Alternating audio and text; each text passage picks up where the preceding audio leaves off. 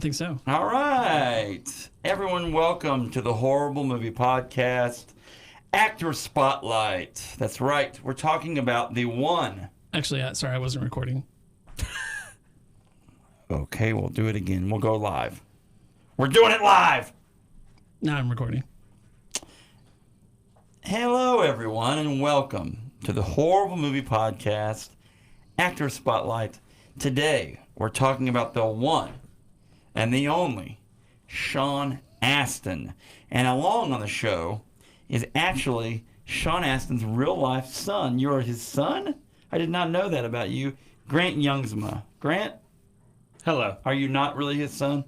No. You're not Rudy's son? It'd be pretty cool, though. It would be pretty awesome. But behind the camera, behind the scenes, behind the gigantic curtain is producer Phil.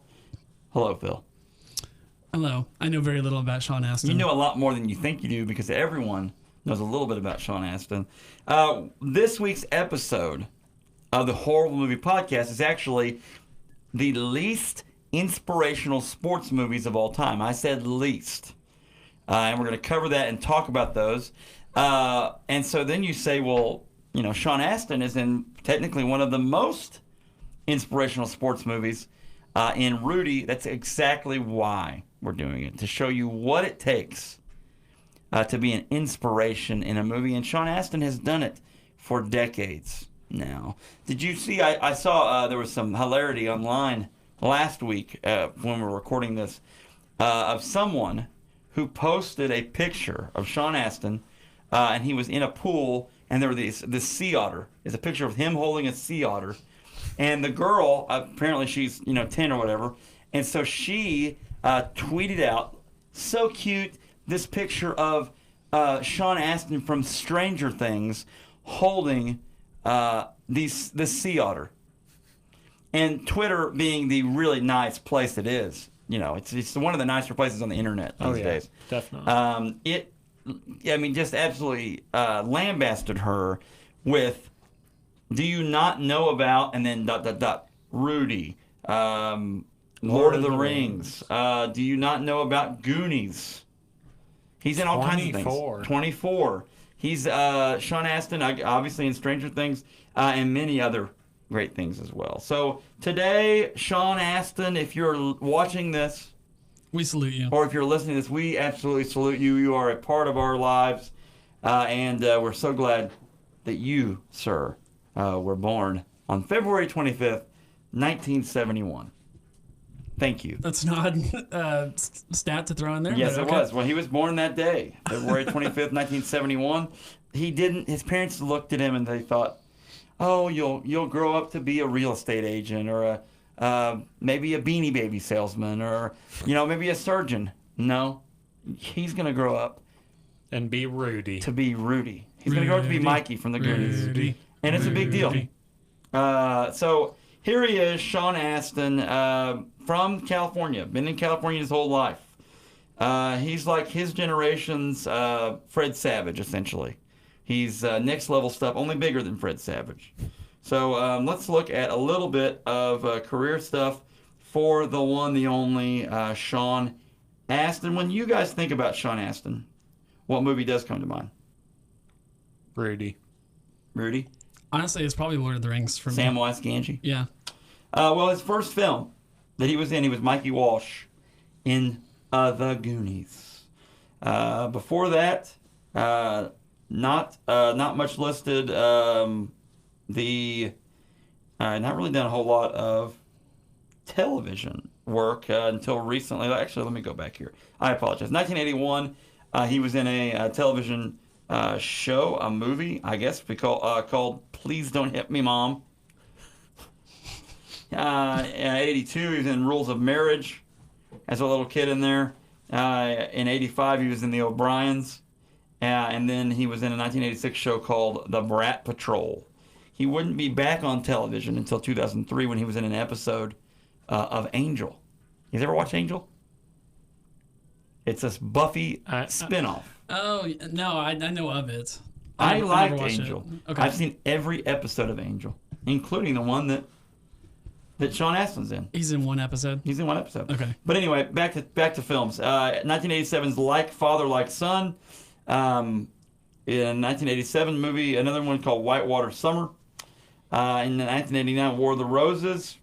He's in Memphis Belle, the movie. He's in Toy Soldiers, which we start to get into more modern times here.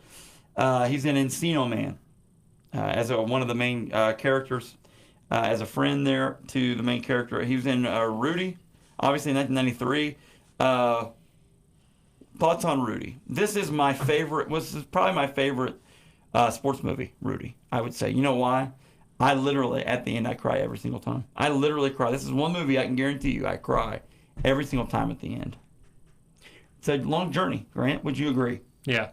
It's definitely a rags to riches story. Have you seen Rudy before? I have. You're gonna have to remind me why he doesn't play. Like, he never plays a single game until like that last game, right? So like, I can't remember why. So here's the deal. Rudy is undersized, Okay. not very fast, and he, he's a very bit player on his high school football team. Does he have any disabilities? No, no. It's not like radio or okay, something. no. It's fine. Okay, So- he's just small, is what. Yeah, he's just a Okay. regular dude. Okay. Rudy's a regular dude. Here's what makes Rudy great. He gets out of high school, gets a job as a miner. Yep. Right? He's a miner in the hometown he's in, just like his dad before him and his brothers before him as well.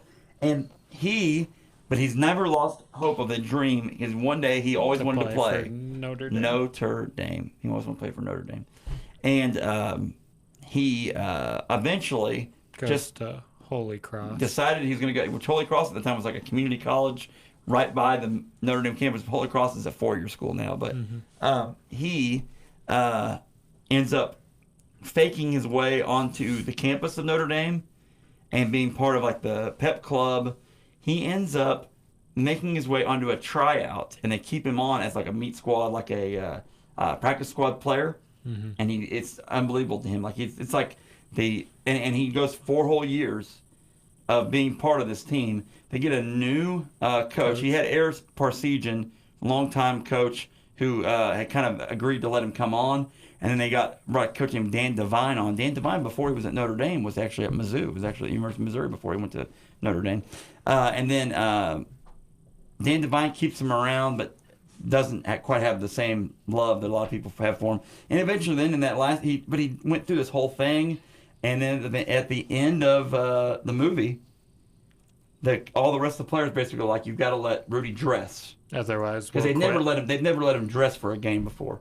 So he gets to dress, and they're up in the end, and they let him get in the end of the game, and he gets a sack at the end. Now the story. Here's the thing.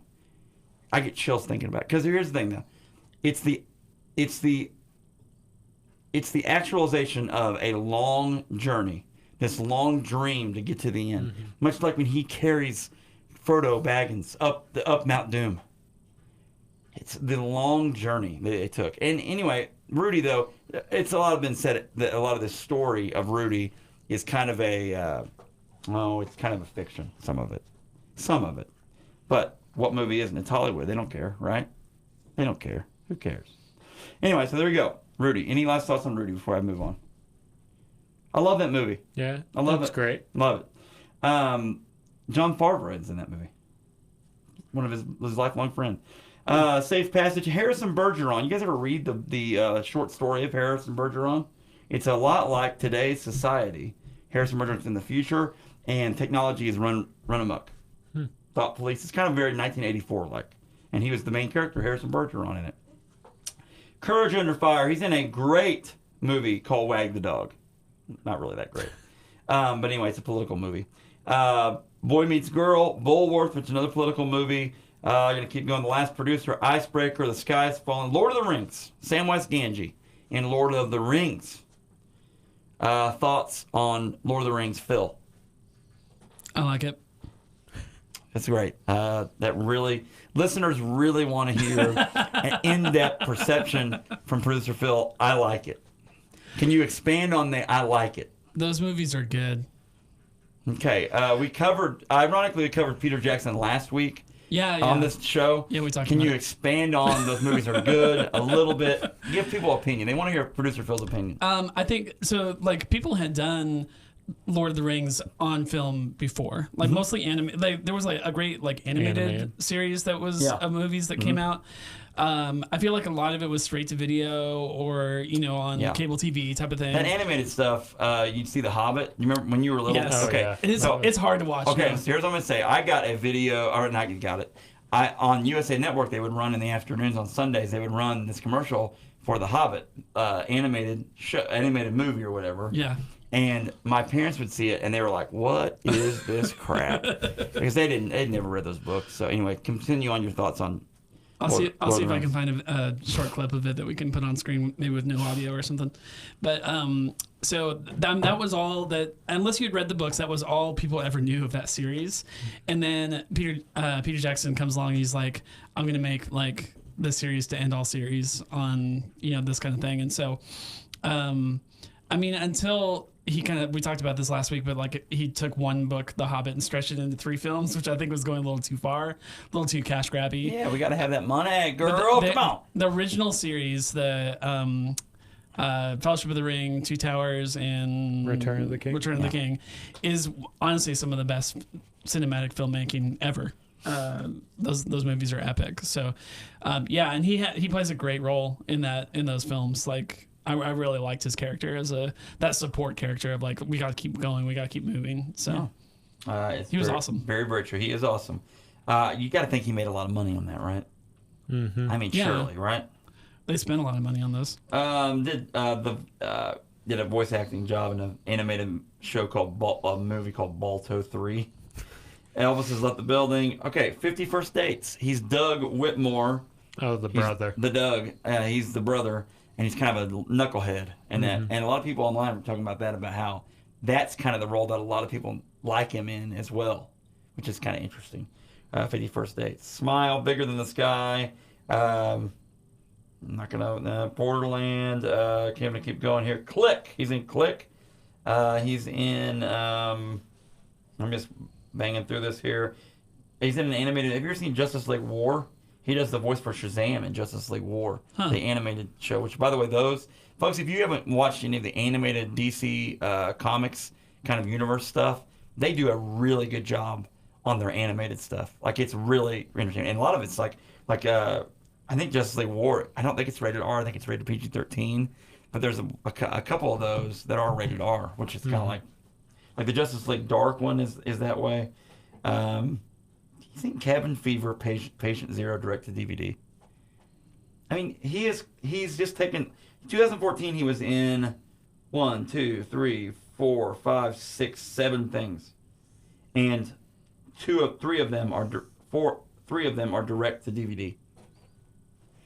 Pick up some audio. You got some audio on this? Can we play it? Is that legal? I don't know. I bet YouTube will say no. Let me just kill this other one. Sorry. We'll see what happens. I don't want our video to get dashed, though, either.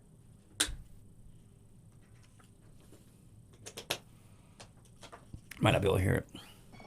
Oh, there it is. So, like, for the people who are listening to this audio only, they won't be able to see what we're looking at, but the animation is very dated. This movie came out in 1978, though, or 79.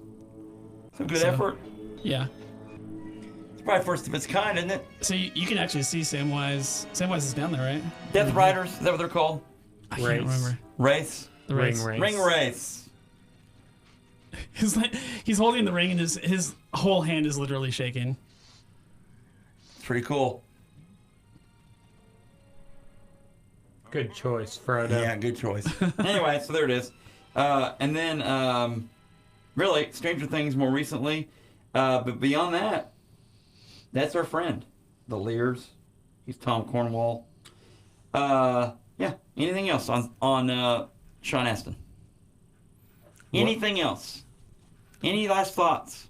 Well, a show that I really liked in high school, and have started watching again is 24. Mm-hmm. And he was in a series or a season of 24 where he wasn't a very likable character, but in the end, he kind of saves the day because they need somebody to sacrifice their life, and he goes in and sacrifices his life. I'm gonna rattle through some TV. I talked So, about spoilers for that season, but he dies in that season. Heroically. Here's the acting he's done. So I mentioned the movies in 2014. He's also in a thing called The Strain, which is a TV show. TV-wise, Angel, like we said before, obviously we have the early ones I mentioned. Angel, Jeremiah, Higglytown Heroes, Hercules, Meerkat Manor. He's the narrator on that show. Into the West is a miniseries. 24 as Lynn McGill. Masters of Science Fiction, Monk. He's on an episode of that. My Name is Earl. He's a salesman on an episode. Law and Order. Agent Oso, Special Agent Oso. He is Agent Oso. It's a kid's show. He watched a little bit. Miller watched a little bit when he was little. NCIS, which those shows are kicking. A lot of these are like a single episode Yeah. right? Oh, yeah. Just like a walk-on Dorothy part. and the Witches of Oz. Franklin and Bash, which has Zach Morris in it as one of the main characters.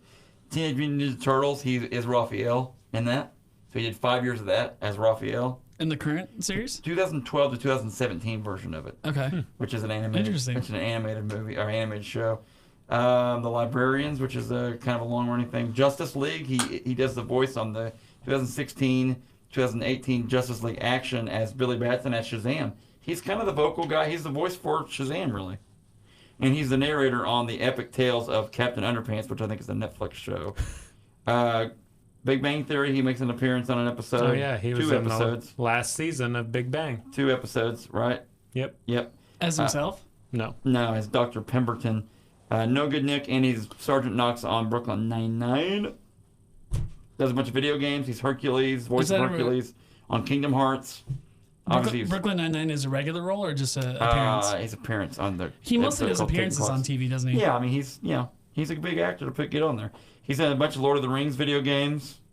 He's in Raphael's voice on Teenage Mutant Ninja Turtles video games. He's Reginald from the Minecraft Story Mode show that's on Netflix. I love that. I know you do. It's like a pick your. It's like a which way, pick your own adventure. Pick your path. Kind of how Bandersnatch was. Is that what it's called? Yeah.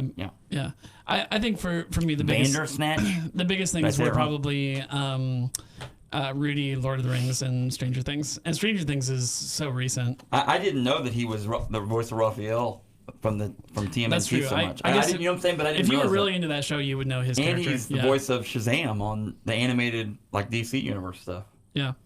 Anyway, there you go. That's a pretty long episode for a actor spotlight, but worth it because Sean Astin, if you ever listen to this, we love you. Yeah. We just think you're the best. And you are definitely inspirational as opposed to the movies we're going to cover this week on the show that are the least inspirational Rudy. sports movies of all time. Rudy. On the way out, Rudy. Rudy. Rudy. Rudy. Rudy. See you guys. And then play the Notre Dame fight song. That's every the fight song. Victors? No, That's Michigan's the Victors. Oh, I'm sorry, Notre Dame people. Yeesh. I Yeesh. made them mad. No respect. Right. Peace. Okay, if you're watching us on YouTube, we're gonna close this video down and jump right into the next one. You'll see it on our channel. On your face. Yep. The next one is just called Least Inspirational Sports Movies. So we will see you there in a second.